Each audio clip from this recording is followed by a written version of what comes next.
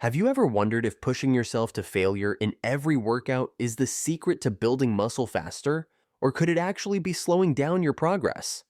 In this video, I'll break down the science of training to failure, the pros, the cons, and whether it's truly necessary for muscle growth. By the end, you'll know exactly how hard you need to train to maximize your gains without wasting energy or risking injury. When it comes to building muscle, there's one question that keeps popping up. Should you train to failure, or is stopping a few reps short just as effective? If you've spent any time in the gym, you've probably heard conflicting opinions on this. Some say going to failure is the only way to grow, while others argue it's unnecessary and even counterproductive.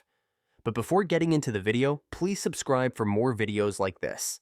So let's get started.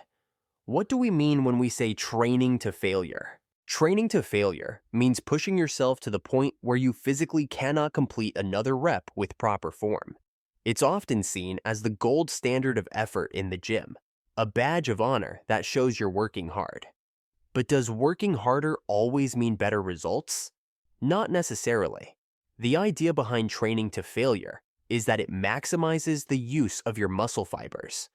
When you lift weights, your body doesn't activate all your muscle fibers at once. It uses just enough to handle the load. As you get closer to failure, your body recruits more muscle fibers, particularly the larger, stronger ones that are most responsible for growth. On paper, it sounds logical. Push to failure, activate more fibers, and build more muscle. But there's more to the story. You may have heard of the phrase effective reps. This theory suggests that the reps closest to failure are the ones that matter most for muscle growth. For example, if you're doing a set of 10 reps, the first few reps don't contribute much to growth. It's those final 3 to 5 reps when the muscles are under the most tension and fatigue that drive hypertrophy. So, does this mean you need to hit failure every set to get those effective reps? Not exactly. Let's dive into the science. Studies show mixed results when it comes to training to failure. Some research supports the idea that going to failure can increase muscle growth. For example, a study comparing continuous sets going to failure with interrupted sets found that the group training to failure experienced significantly more muscle growth. However, other studies suggest that failure isn't as crucial as it's made out to be. A recent study compared two groups. One trained to failure, and the other stopped just short. Both groups saw similar muscle growth, with the group avoiding failure experiencing less fatigue and fewer injuries. Why does this happen? Well, it's all about balancing stimulus and recovery. Training to failure creates a lot of fatigue, not just in your muscles, but across your entire body. While this can be manageable in small doses, consistently pushing to failure can make it harder to recover between workouts. Poor recovery can lead to overtraining, decreased performance, and even stalled muscle growth. For beginners, this might not be a big deal because their bodies are still adapting. But for more experienced lifters, the cumulative fatigue can start to outweigh the benefits of going to failure. So, should you always train to failure? The answer depends on your goals, experience, and the type of exercise you're doing. If you're new to lifting, going to failure occasionally can help you learn your limits and build a solid foundation. However, you don't need to train to failure in every set to see results. Focus on good form and consistency instead.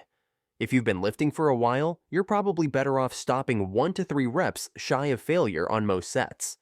This allows you to maintain higher training volumes, recover faster, and reduce your risk of injury. Training to failure is generally safer and more effective on isolation exercises, like bicep curls or leg extensions, than on compound lifts like squats or deadlifts. Compound lifts involve multiple muscle groups and place greater stress on your joints and nervous system, so going to failure can be riskier. So overall, training to failure has its pros and cons. On the positive side, training to failure maximizes muscle activation by utilizing a high number of muscle fibers, which can be especially beneficial for smaller, stubborn muscle groups. It also helps build mental toughness, pushing you to break through perceived limits, and can make workouts more efficient by getting the most out of fewer sets, particularly for isolation exercises. However, there are downsides to consider. Training to failure fatigues your muscles, which can harm your performance across other exercises, and it can extend recovery time.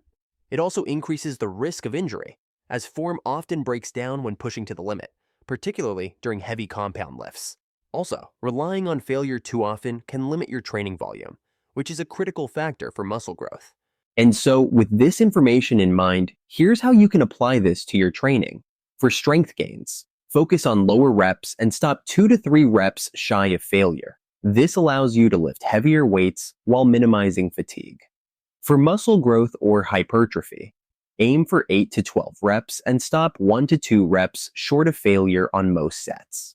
This gives you the benefits of effective reps without the downsides of full failure. And when it comes to high rep training, if you're doing sets of 15 or more reps, make sure you're pushing close to failure. Otherwise, the earlier reps may not be challenging enough to stimulate growth. And so when should you train for failure?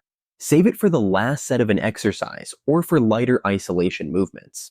For example, you might do bicep curls to failure at the end of a workout, but you wouldn't want to do squats to failure multiple times a week. If you want to incorporate failure into your training, techniques like rest pause sets and drop sets can be effective. These methods let you push beyond your limits while still managing fatigue. To perform a rest pause set, perform a set to failure, rest for 10 to 15 seconds, then do a few more reps. And to perform a drop set, perform a set to failure, reduce the weight, and immediately continue the set. Use these sparingly, maybe once or twice a week, as they can be taxing on your body. So, does training to failure matter for muscle growth? Yes and no. Failure can be a useful tool for maximizing muscle activation and effort, but it's not the only path to progress. The key is to train hard and close enough to failure to get effective reps while managing your recovery and overall training volume. Think of it like this: training to failure is like a spice. A little bit can enhance your results, but too much can ruin the dish. At the end of the day, the best training plan is one you can stick to.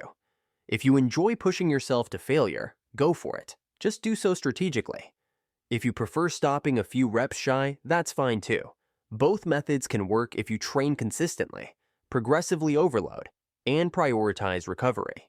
Now that you understand the science behind training to failure, it's time to put it into practice. What's your approach? Are you a go-to-failure kind of lifter, or do you like to keep a few reps in the tank? Let me know in the comments down below. And if you found this video helpful, be sure to give it a thumbs up and subscribe for more science-based lifting tips. And I'll see you in the next one.